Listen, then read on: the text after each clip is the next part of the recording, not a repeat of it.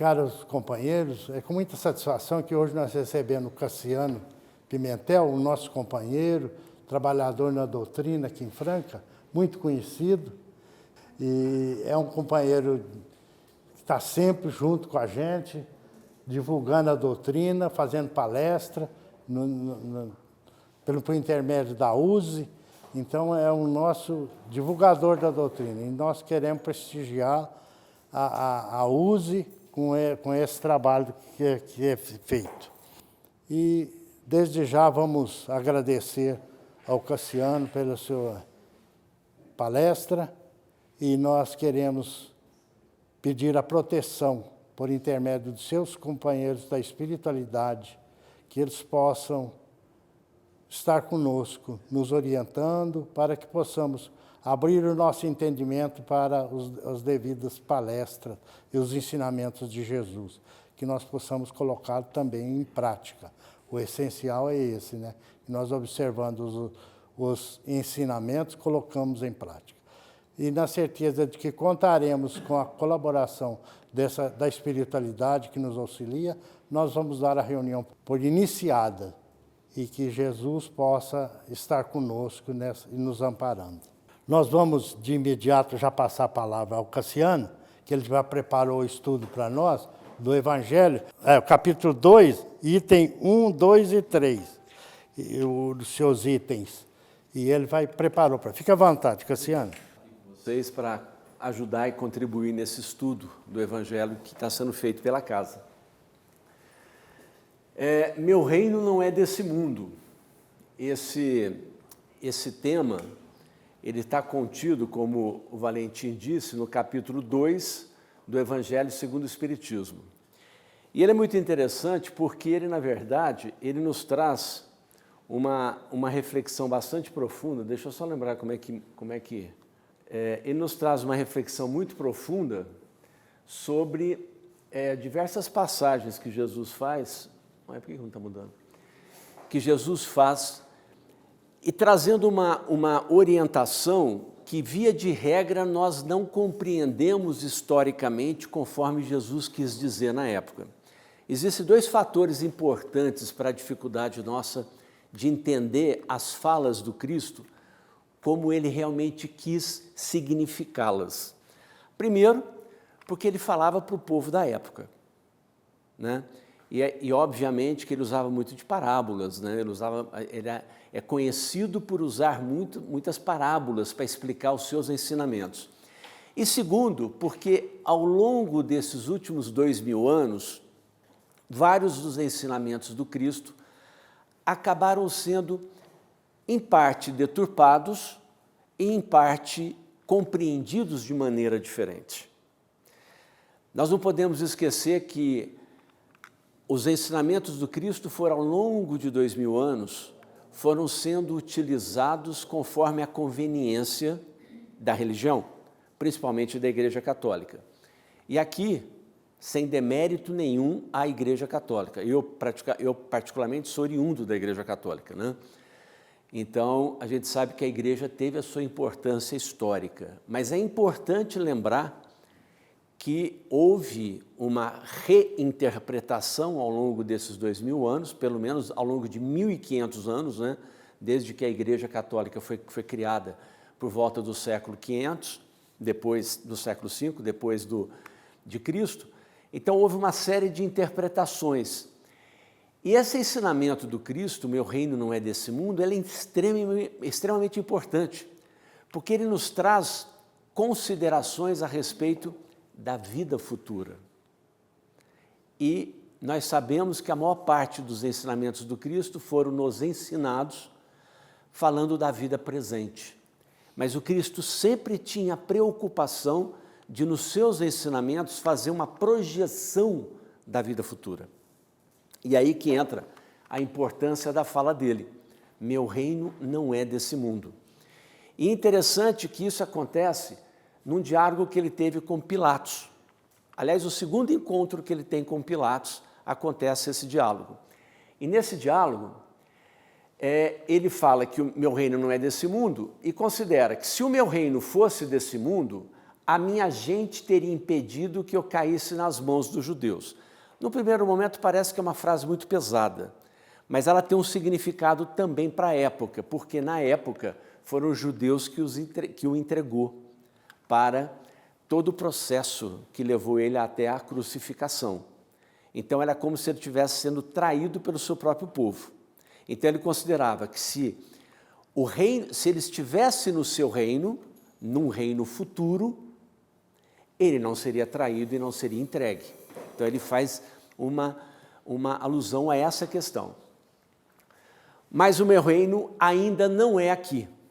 Então vocês imaginam ele tendo esse diálogo com Pilatos há 2000 anos atrás. Imagina como é que era um diálogo desse com um homem treinado na arte da guerra, da conquista, da dominação. Ele mantendo a sua estatura moral perante aquele que era uma das maiores lideranças da época, né, do Império Romano. Então vocês imaginem como é que foi esse processo, esse diálogo. E perante a insistência de Pilatos, quando ele disse, espera que está faltando uma... aqui está faltou ali na gravação, mas ele diz assim, mas você é rei, tu és rei. Aí Jesus responde a ele, tu dizes, sou rei, você que está dizendo que eu sou rei. Porque Pilatos não conhecia outro tipo de diálogo a não ser desse tipo. Como Jesus tinha uma grande liderança entre o povo pobre, entre o povo cordial, ele era tido como um rei, porque são considerações que a gente tem que sempre se reportar à época histórica. Ele era uma liderança, ele era um rei para aquele povo simples que o seguia e que começava a professar suas crenças, os seus valores. Não nasci e não vim a este mundo senão para dar testemunho da verdade. Vocês podem imaginar como é que poderia ser compreendido isso há 2000 anos atrás? A profundidade dessa frase. Não nasci e não vim a este mundo senão para dar testemunho da verdade. Ou seja, ele veio trazer um ensinamento sobre a vida eterna, sobre a continuidade da vida na jornada evolutiva. Essa é a verdade. E não o mundo material e finito, que é o que se conhecia e que o mais se defendia na época. Porque vamos levar em consideração que a humanidade de então ainda não tinha clareza sobre a vida espiritual. Havia muito mais misticismo, muito mais crenças falsas e crenças geradas pelo medo e pelo receio, pelo temor, do que, na verdade, uma compreensão clara do que era a vida eterna, do que era a vida espiritual. Portanto, ele diz, não nasci e não vim a este mundo senão para dar testemunho da verdade, senão para ensinar a verdade sobre a vida eterna. Aquele que pertence à verdade escuta a minha voz. Ou seja, aqueles que conseguem compreender qual é a verdade da vida espiritual, esses conseguem me escutar. Ou seja, esses conseguem me seguir. Então, ao mesmo tempo que ele faz isso, que ele fala isso, ele já faz uma justificativa do porquê de tantos seguidores que ele estava obtendo. Porque tantos já o seguiam e já professavam as suas crenças, os seus valores. Porque essas pessoas já pertenciam à verdade, já estavam prontas para receber os ensinamentos que o Cristo trouxe. Né? Vamos lembrar que muitos, ou a maioria dos encarnados de então, já eram espíritos com longas jornadas, não só na Terra, como também em outros planos espirituais, que para aqui foram trazidos. Isso é muito importante a gente lembrar. Não vamos esquecer dos exilados de Capela, que contribuíram significativamente para a evolução humana na Terra, o desenvolvimento do biotipo humano e também dos valores morais da humanidade, né? Na construção do espírito que nós somos hoje. Então, portanto, já existia um contingente enorme de espíritos encarnados que já tinham condições de escutar a voz do Cristo, porque já pertenciam a essa verdade da vida eterna, do Espírito eterno. Na frase, não nasci e não vi a este mundo, senão para dar testemunho da verdade, Jesus apresenta-se como enviado de Deus que veio trazer as leis morais divinas relativas a este mundo, ao grau de entendimento que essa humanidade pode alcançar enquanto viver em um mundo de expiações e de provas. Na verdade, aí começa todo esse processo que resulta no conhecimento da doutrina espírita que nós temos hoje.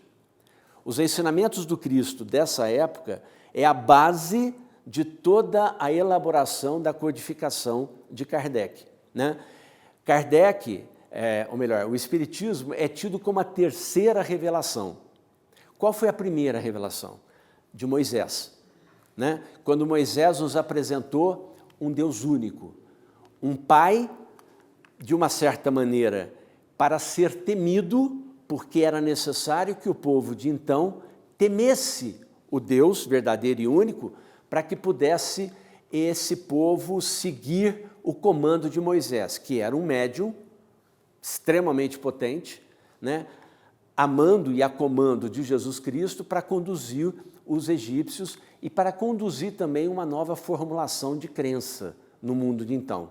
Então essa foi a primeira revelação. A segunda revelação é o Cristo, que já vem nos trazer um Pai bondoso, um Pai de amor, um Pai caridoso, já vem nos trazer os valores morais necessários de serem cultivados para que nós pudéssemos fazer a nossa evolução espiritual. Tanto é verdade que toda a base de qualquer filosofia humanista no mundo está no Cristo, está nos valores cristãos, porque ele vem nos trazer esse Pai amoroso, que é Deus, Pai que nos dá quantas oportunidades forem necessárias para a nossa evolução, que são as sucessivas encarnações que nós temos, né? E que, acima de tudo, não abandona um único filho seu, mesmo aquele que mais peca, mesmo aquele que mais erra, mesmo aquele que mais cai. Terá sempre uma oportunidade. Essa foi a segunda revelação. A terceira revelação, inclusive prometida pelo Cristo, é a doutrina espírita, que já vem nos trazer o conhecimento da vida eterna, já vem nos trazer o conhecimento da existência espiritual. Todas essas informações que estão contidas no Pentateuco, que são os 5 livros do Kardec, né? Da codificação de Kardec. Então nós temos aí essa fala que Jesus diz, né? Como ele sendo enviado de Deus, que veio trazer as leis morais divinas, relativas a este mundo. Nós sabemos que as leis divinas são eternas e únicas em todo o universo infinito. Nós sabemos disso. Mas cada uma dessas leis divinas, ou as leis morais que constam das leis divinas, elas são adaptadas a cada época, a cada planeta, a cada circunstância. Então Jesus veio trazer para nós, naquele momento, há 2000 anos, aquilo que era possível ser compreendido pelos homens de então. Por isso que ele usava, como eu falei no começo, das parábolas, né? Principalmente das parábolas, para poder se aproximar do senso comum do povo da época, para que eles pudessem compreender os ensinamentos do Cristo, né? O significado, meu reino deste mundo, então, não é desse mundo. Jesus se refere à vida futura, à vida espiritual. Fica muito claro isso, não fica? Meu reino não é deste mundo. Por que não é deste mundo? Porque lá nós temos o começo de um processo de aquisição de valores morais. Jesus é um espírito crístico, que vem de mundos crísticos, que é na escala evolutiva dos planetas, como Kardec nos apresenta, ele coloca os mundos crísticos como o último mundo. Obviamente que nós temos nessa escala evolutiva muitas fases diferentes. Mas para que a gente possa ter uma compreensão, Kardec colocou dessa maneira, né? Ele coloca lá o primeiro planeta, o primeiro mundo, são os mundos primitivos. Nós estamos no segundo, na segunda condição evolutiva planetária, que é de expiações e prova. Estamos deixando essa condição de planeta, expiações e provas, vivenciando uma fase que é chamada como transição planetária, para adentrar a terceira condição evolutiva planetária, que é um planeta de regeneração. E nós estamos no período em que mora o perigo. Por quê? Porque nós aprendemos, através dos ensinamentos espirituais que chegam para nós cada vez mais volumoso e intenso, de que nessa fase de transição, os ânimos se acirram, porque nós somos potencializados pelas vibrações negativas que vêm das zonas umbralinas, tá? E a limpeza da Terra, porque nessa transição o que se faz é a limpeza do planeta, e a limpeza do planeta nos dois planos, material e espiritual. A limpeza da Terra ela começa primeiro das zonas umbralinas para o plano material. E os espíritos que estão nas zonas mais profundas, nas zonas umbralinas mais pesadas, são espíritos, via de regra, extremamente inteligentes, muito evoluídos intelectualmente, mas não moralmente, porque senão não estariam lá, né? Mas intelectualmente são eles os grandes articuladores de todas as maldades que nós conhecemos ainda imperando sobre a Terra. São os grandes potencializadores. É óbvio que eles não fazem nós praticarmos o mal.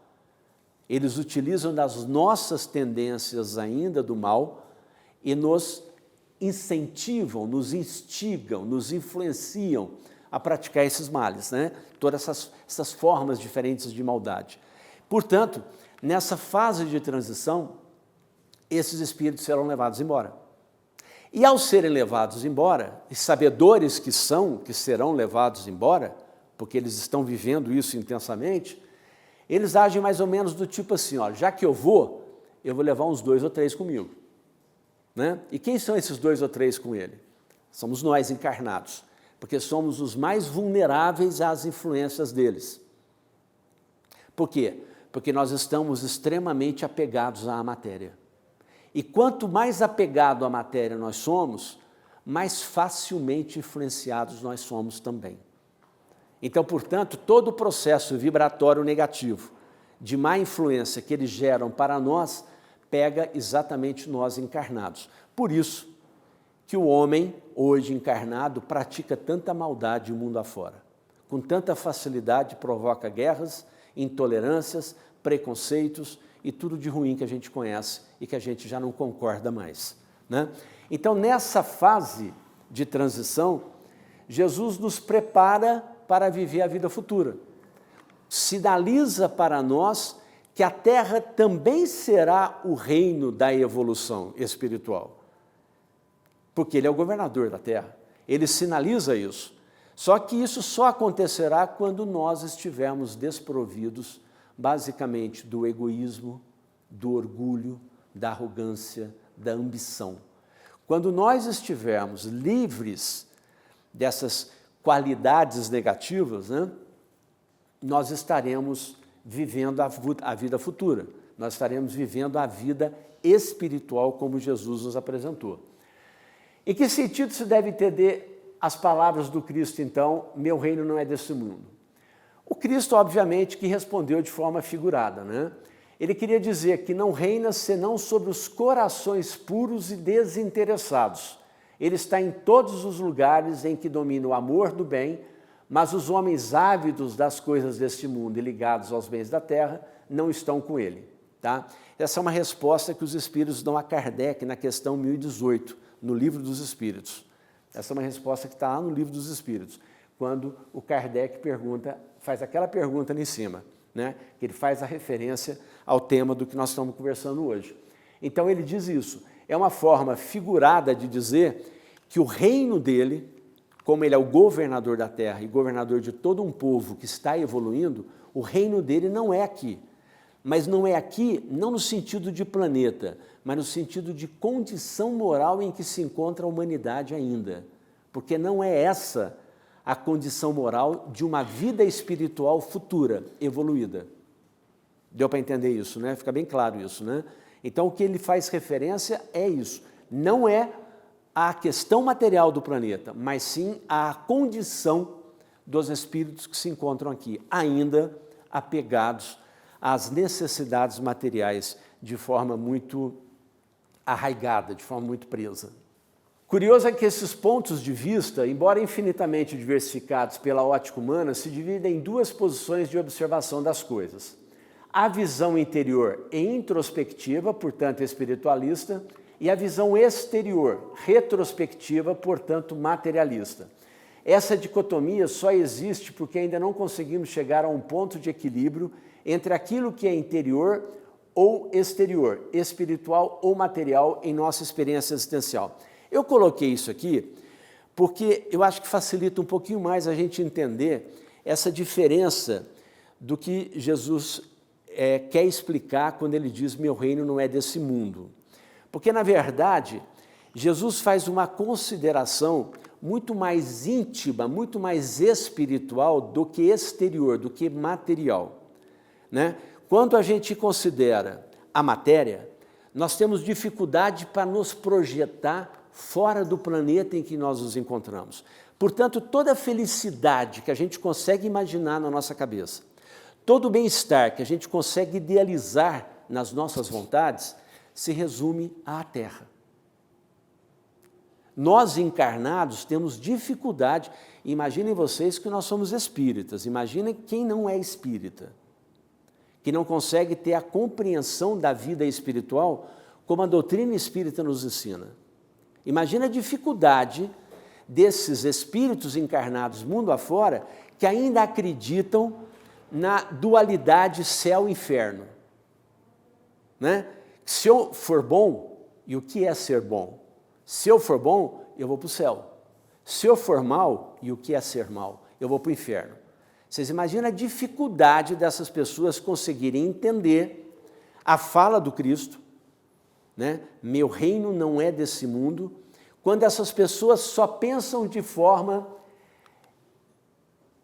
materialista, considerando a sua vida nesse espaço chamado planeta Terra, que não conseguem se projetar espiritualmente para fora da Terra, para esse universo infinito, aonde há muitas moradas na casa do Pai.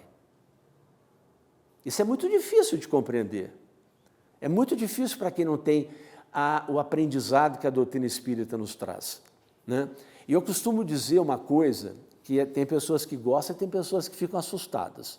Eu falo assim, nós somos a primeira geração, nós aqui, somos a primeira geração em toda a história da humanidade, olha só, isso não é arrogância minha falar isso não, mas nós somos a primeira geração em toda a história da humanidade que temos, pela primeira vez, uma escola do espírito, chamado Centro Espírita.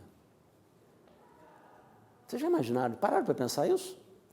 Que nunca existiu antes na história da humanidade escola do espírito, existiam os iniciados, meia dúzia que tinha lá um mentor, um mestre, e esse mestre era iniciado, era iluminado, era um médium, ensinava valores morais e espirituais.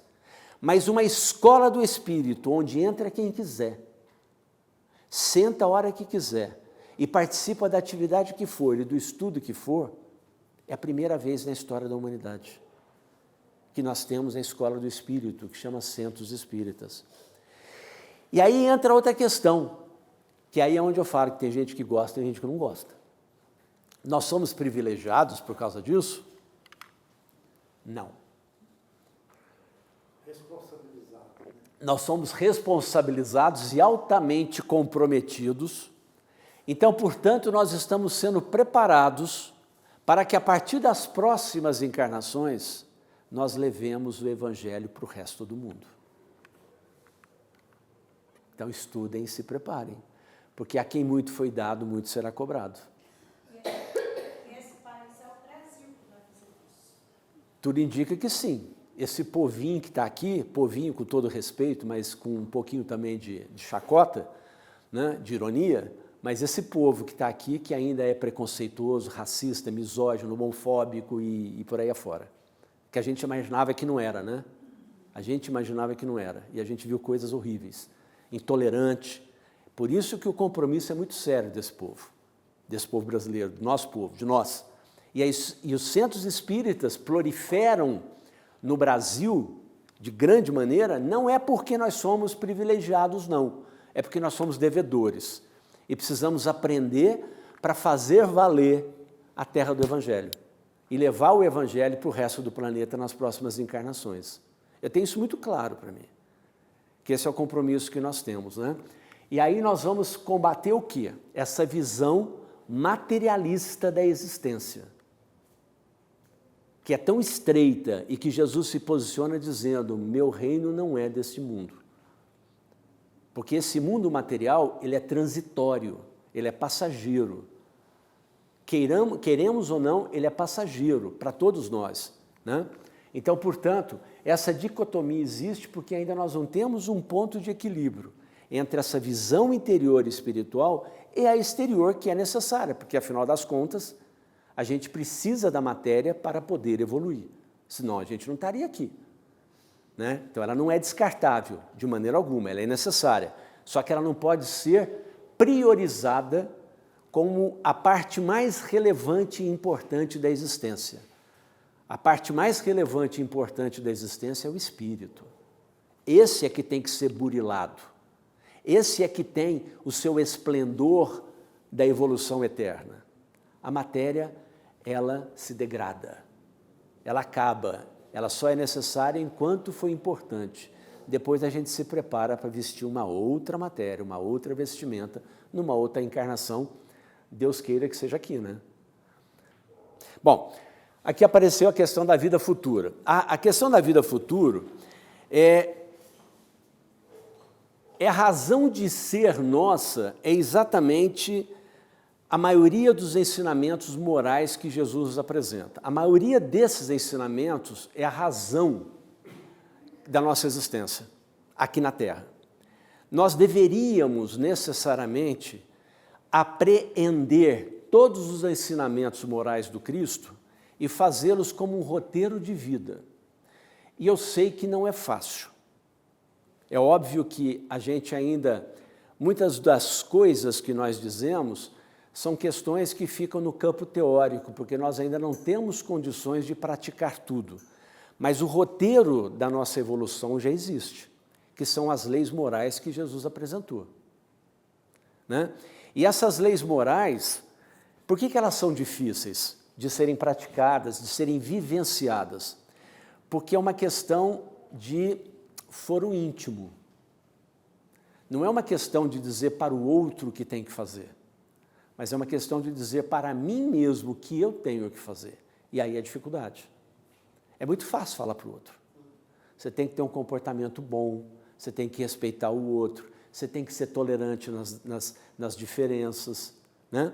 Mas a gente sabe que, na verdade, a nossa dificuldade de aceitar isso nos outros, e mais do que isso, aceitar em nós mesmos, é porque nós somos espíritos com várias vidas já vividas.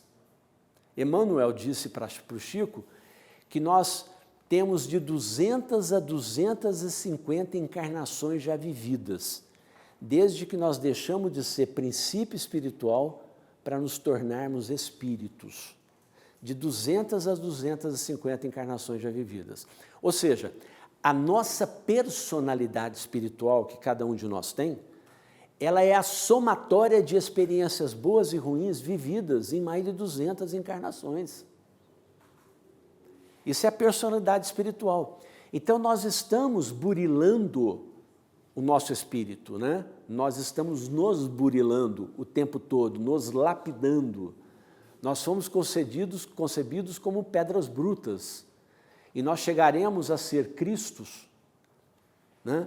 Quando nós formos diamantes, espiritualmente falando, né? Simbolicamente falando. Quando nós já chegarmos no estágio em que nós seremos não mais pedras brutas, espíritos rudes, atrasados, inconsequentes, mas sim espíritos com uma total compreensão de toda a existência universal, de toda a criação de Deus, né, de tudo que Deus criou. Bom, então, a falta desses conhecimentos dos ensinamentos de Jesus nas nossas vidas acaba criando anomalias entre a vida terrena e a justiça de Deus. E é sobre isso que Jesus se reporta mais uma vez a falar: meu reino não é desse mundo, porque o reino que ele projeta para nós na vida futura é um reino de evolução moral, de evolução espiritual, e não com todas essas questões que nós conhecemos aqui na Terra, tá? E ao falar isso também, ele faz um destaque para que nós tenhamos em mente que a nossa verdadeira e única preocupação tem que ser com o futuro espiritual e não com o presente material. Repetindo mais uma vez, é lógico que cabe a nós termos o discernimento da importância da vida material. Aliás, é pela vida material que nós utilizamos ela como instrumento para que nós possamos evoluir espiritualmente. Porque a matéria ela é permanentemente não uma expiação somente, mas principalmente uma prova para nós.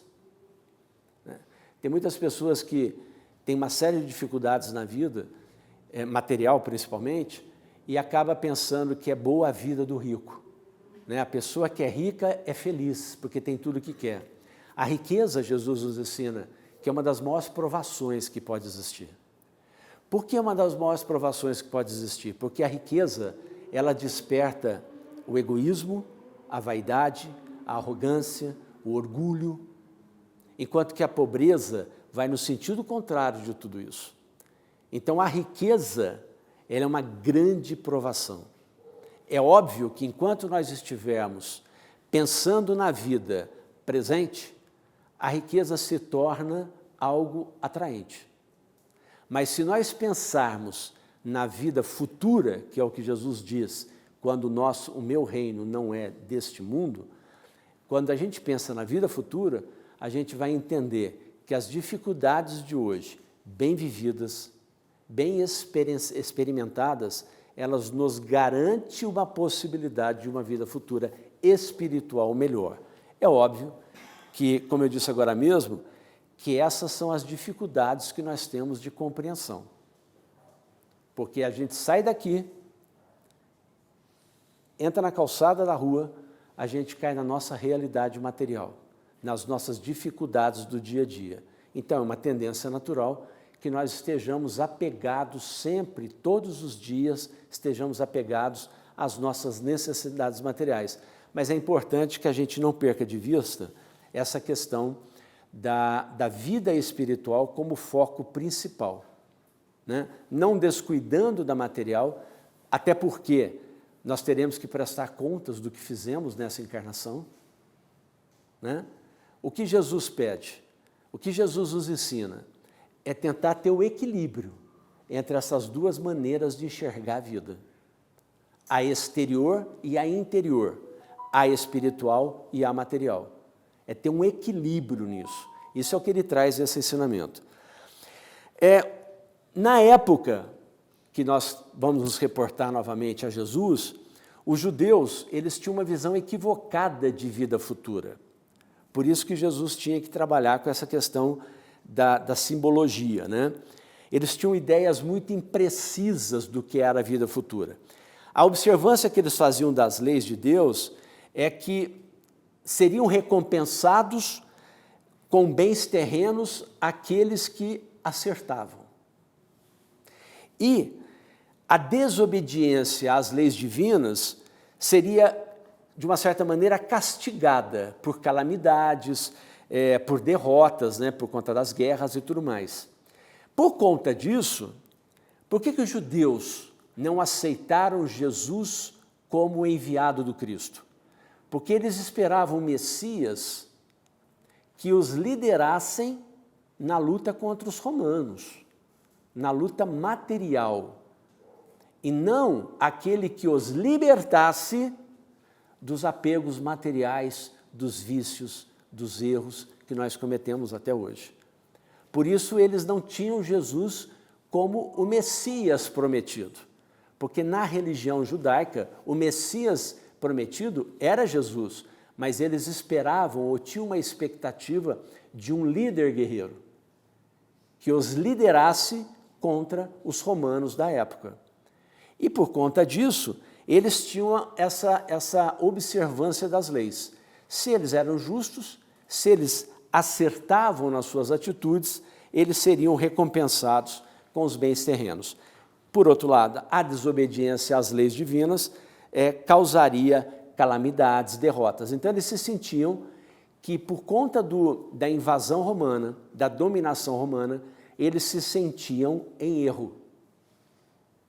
Porque eles estavam pagando pelos seus próprios erros, porque os romanos haviam invadido, tomado o país, e não aparecia esse Messias que eles esperavam, que seria muito mais um guerreiro, um lutador, do que um salvador espiritual, né? Bom, e os cristãos e a vida futura. Jesus deixa os cristãos, né, aqueles primeiros que vão cultivar a ideia dos seus valores, e mesmo esses ainda têm uma ideia de vida futura bastante vaga, esses cristãos, né? Incompleta e muitas vezes até falsa em muitos pontos. Tanto é que a gente vem com a cultura do céu e inferno.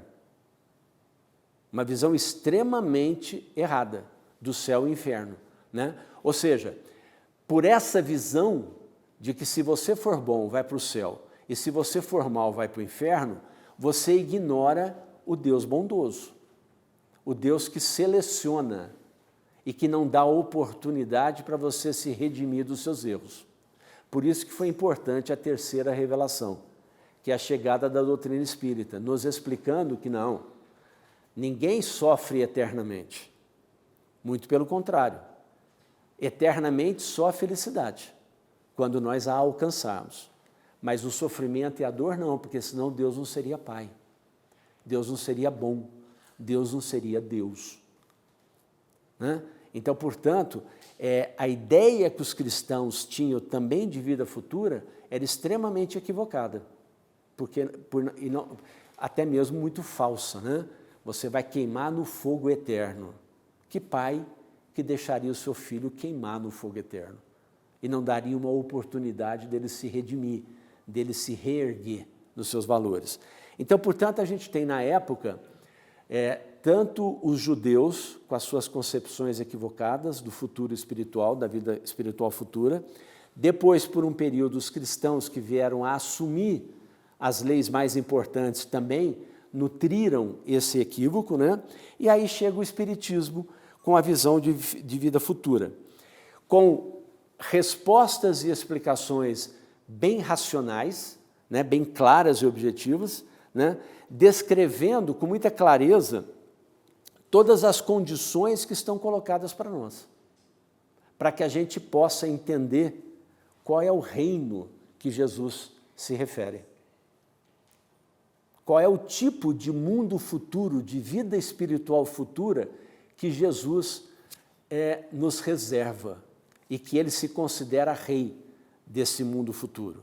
Obviamente que a gente não podemos imaginar que numa vida futura espiritual, num planeta crístico, que um dia a Terra será, que vai existir um rei, porque não haverá necessidade disso, obviamente. Mas, mais uma vez, a gente tem que compreender a fala de Jesus pertinente à época em que ele disse. Naquela época, e dado ao questionamento de Pilatos, perguntando se ele era rei, ele tinha que responder na mesma terminologia, na mesma condição de entendimento. Por isso que ele disse, meu reino não é deste mundo, porque ele projeta o mundo da onde ele veio, do futuro espiritual nosso, né? Não para ele, mas nosso futuro espiritual, tá? E com o Espiritismo, a vida futura, ela deixa de ser um simples artigo de fé. Por que um simples artigo de fé? Porque a gente sabe que a fé na vida futura espiritual ela é comercializada em diversas religiões, infelizmente, né? Eu não sei quantos de vocês aqui são oriundos da Igreja Católica, os que são nascidos em berço espírita, talvez não tenham convivido com essas falas, Mas quem veio da Igreja Católica sabe muito bem o que eu estou dizendo, né? Reze tantos Ave Marias, tantos Pai Nossos, que será perdoado, né? E a gente sabe que não é assim que funciona. Hoje a gente sabe, a doutrina espírita nos explica isso. Então, portanto, se você contribuir com o dízimo, você compra a entrada no céu, né? Isso várias religiões vendem literalmente desse jeito. Então, portanto, a fé é um artigo de negociação em muitas religiões, infelizmente. Mas o Espiritismo veio romper com isso. A vida futura deixou de ser esse artigo de fé e torna-se uma realidade. A vida espiritual futura é uma realidade para nós. Nós estamos caminhando para ela, né? O Espiritismo ele abre novos horizontes, né, para o homem, né? Ela mostra a grandiosidade da obra do Criador. Como é bonito, como ela é justa, como ela é lógica.